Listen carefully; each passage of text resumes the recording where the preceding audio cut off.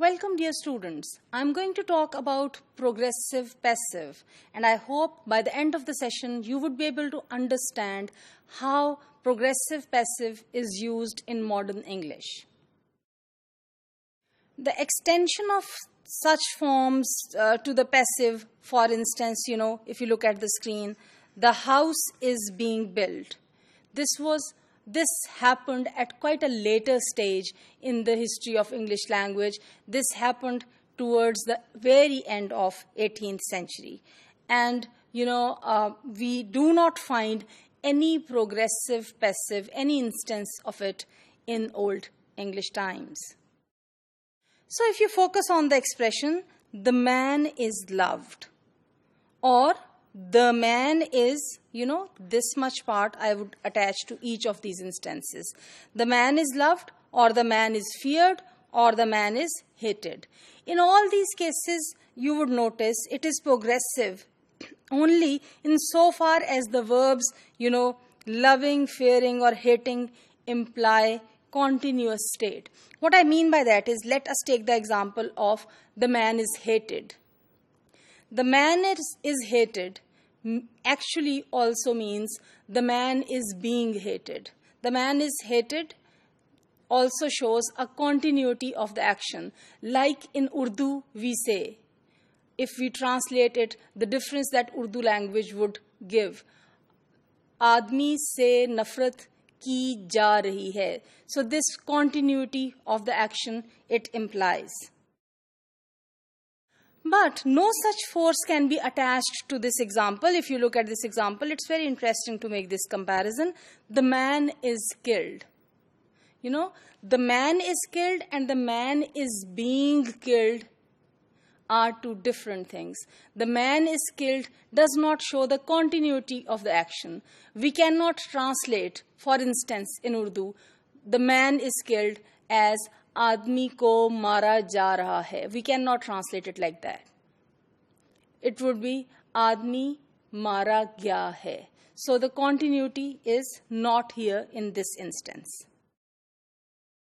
The construction, the man is on laughing.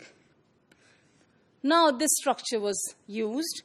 It was also capable of passive significance, under certain circumstances. Thus, for example, if we make a passive form from this progressive, the house is on building, would mean the house is in the process of building, in the process of construction. This use is found from the 14th century onwards, and in its weakened form, the construction is not as such unknown today. However, with some verbs, the construction was impossible in a passive form. Progressive, passive, could not be made that way. Thus, for example, the idea, notice this example, please. He is always being called, could not be expressed with he is always calling. As, the example that I gave regarding building on the previous slide.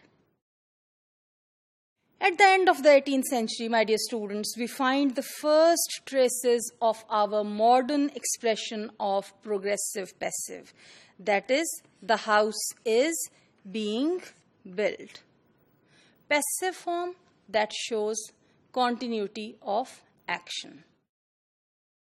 The combination of being with the past participle to form a participle phrase had been in use for some time. Sometimes we find examples. For example, Shakespeare says, which being kept close might move more grief to hide. By the way, this is an example from Hamlet. This is thought to have suggested the new verb phrase, and Shakespeare was known for his, creativity and all that. So, this was again one of his contributions.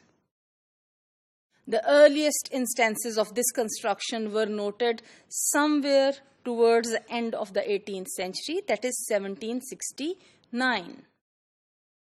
However, it is generally used now only in the present and simple past tense. For example, the house is being built or the house was being built. These are the two possibilities of passive. And we can hardly ever say, we do not actually say, the house has been being built for 2 years. We do not say that. We also, avoid saying, it will be being built. So, these two are not combined. And, here this has been is not combined with this being. This does not usually happen. Generally, we avoid it.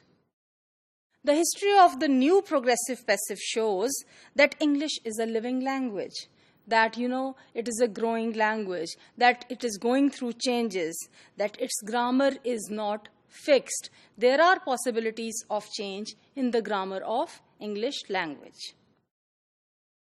That it will continue to change in the future as well.